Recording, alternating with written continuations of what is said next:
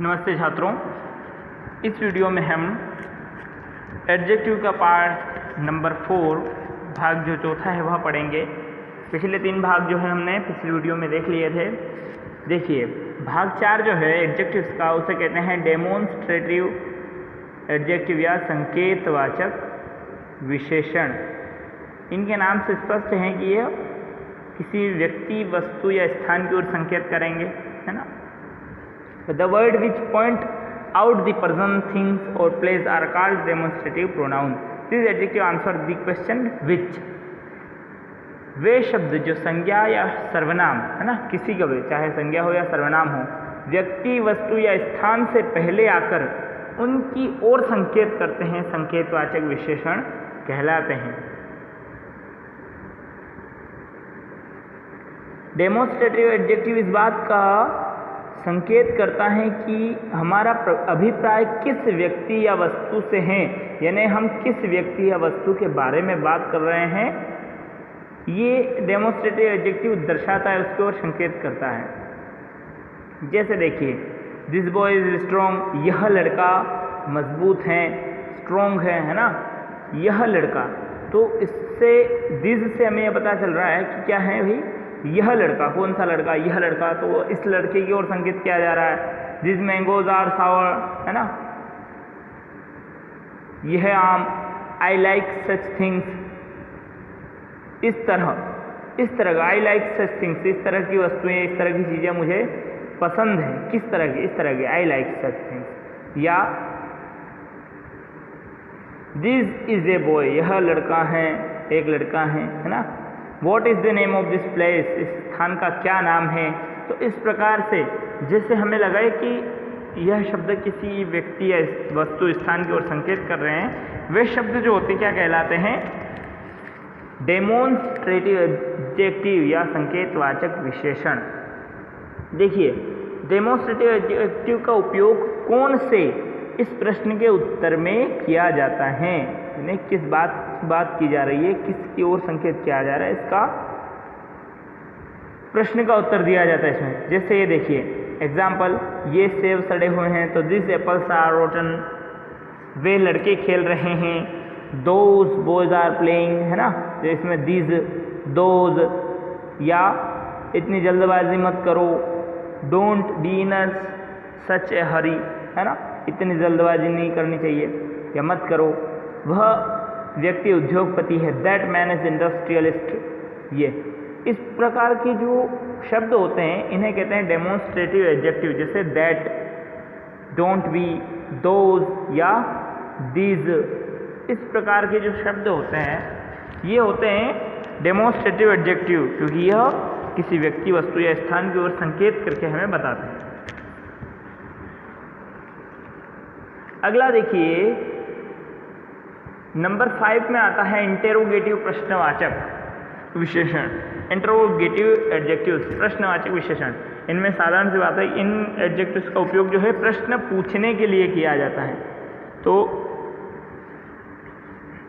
वे शब्द जो प्रश्न पूछने के लिए प्रयोग में लाए जाते हैं प्रश्नवाचक विशेषण कहलाते हैं।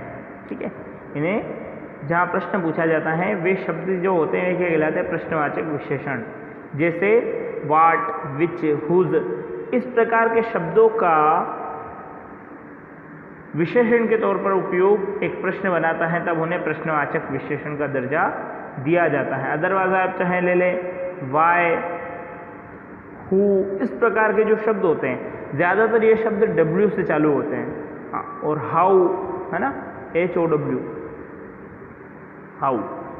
तो ये शब्द जो होते हैं ये कहलाते हैं प्रश्नवाचक विशेषण या इंटेरोगेटिव एडजेक्टिव्स। जैसे एग्जाम्पल में, वह घर कब आता है, when does he come here, है ना, वे यहाँ कब आता है या होम कब आता है।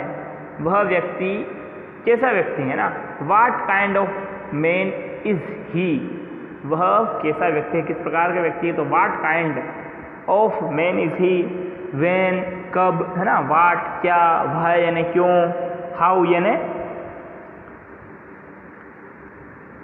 कैसे, हु यानी कौन, इस प्रकार के जो शब्द प्रयोग में ले आए जाते हैं प्रश्नवाचक, उन्हें कहते हैं इंटरोगेटिव एडजेक्टिव्स। अगला है एम्फेसाइजिंग एडजेक्टिव या निजवाचक विशेषण। तो वे विशेषण जो कर्ता पर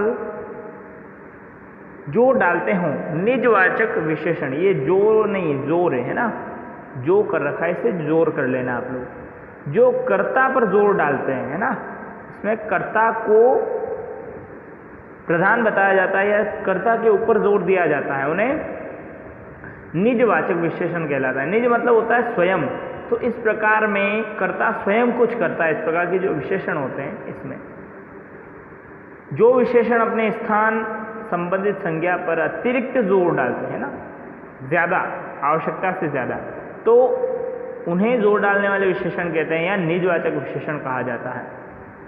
जैसे मैंने स्वयं उसे देखा है ना, जैसे यहाँ तो वही थी कि मैंने उसे देखा तो हो जाता, मामूली तौर पर कहा जा सकता था कि मैंने उसे देखा, लेकिन मैंने स्वयं उसे देखा, अब इसमें कर्ता के ऊपर जोर डाल दिया गया इस स्वयं शब्द से है ना, तो मैंने स्वयं उसे देखा, कुछ जोर आ गया इस बात में। आई सा इट विथ माई आवन आइज, मैंने अपनी आंखों से देखा या मैंने उसे स्वयं देखा। इस प्रकार के शब्द जो है वे कहलाते हैं एम्फेसाइजिंग एडजेक्टिव्स या निजवाचक विशेषण। हमें जो चाहिए वह वही वस्तु है ना। अब यहाँ देखिए वही लगा दिया ना, तो इस वाक्य में जोर डाल दिया गया ना उस वस्तु के ऊपर। हमें जो चाहिए, हम साधारण तौर पे कहते हैं हमें जो चाहिए वह वस्तु है, लेकिन यहाँ वही लग गया तो वाक्य में जोर लग गया, जोर डाल दिया गया है ना। तो यह या वह, हमें जो चाहिए वही वस्तु है वह, ठीक है। इस प्रकार के जो विशेषण कहलाते हैं उन्हें कहते हैं निजवाचक विशेषण। अगला है एक्सक्लेमेटरी या विस्मयादिबोधक विशेषण। तो वे विशेषण जो विस्मय या आकस्मिक अनुभूति दर्शाते हों, आश्चर्य दर्शाते हों, विस्मयादिबोधक विशेषण कहलाते हैं। कभी कभी विशेषण के रूप में वाट जैसे शब्द का जो है विस्मय का बोध कराते हैं। कभी कभी यह वाट जैसे शब्द का विशेषण जो है